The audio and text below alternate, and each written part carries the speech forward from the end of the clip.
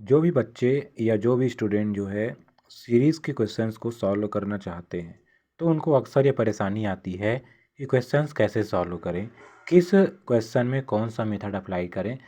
तो ये जो है प्रैक्टिस से आएगा, लेकिन मैंने उन सारे जो बोलना चाहिए आपके मेथड्स हैं, उनको एक समराइज फॉर्म में लिखा है।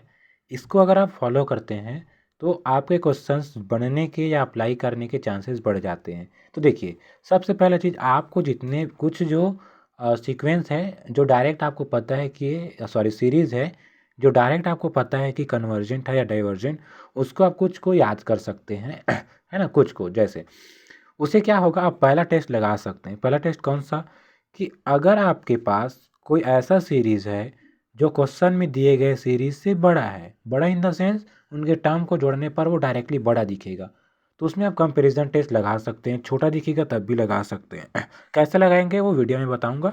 तो ये तो खैर सिंपल टेस्ट हो गया।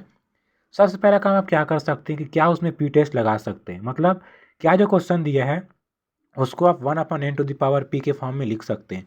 अगर लिख सकते हैं तो आप पहला क्या लगाएंगे, पी टेस्ट। मतलब सबसे पहले आपको ये देखना है कि क्या उसमें पी टेस्ट लगा सकते हैं। मान लो ये नहीं हुआ तो आप क्या लगा सकते हैं, वी एन यू एन, मतलब कंपेरिजन टेस्ट लगा सकते हैं।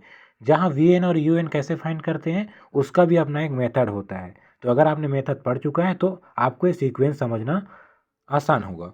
तो देखिए ये लगाएंगे। मान लो इससे भी काम नहीं होता है तो क्या लगाएंगे, आप डी एल एम्बर्ट लगाएंगे, जो क्या कहता है, limit of n tends to infinity u n plus one upon u n. अगर छोटा आया एक से तो कन्वर्जेंट, बड़ा आया तो डाइवर्जेंट।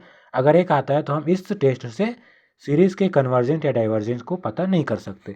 ये हो गया। उसके बाद आप लगा सकते हैं कंपैरिजन टेस्ट, वही वाला कि अगर बड़ा सीक्वेंस कन्वर्जेंट है तो छोटा सीक्वेंस भी कन्वर्जेंट होगा, अगर छोटा सीक्वेंस डाइवर्जेंट है तो उससे बड़ा सीक्वेंस भी डाइवर्जेंट होगा। ये आप लगा सकते हैं। उसके बाद अगर इससे भी काम नहीं बनता है तो आप कौशी वाला लगा सकते हैं, रूट टेस्ट वाला।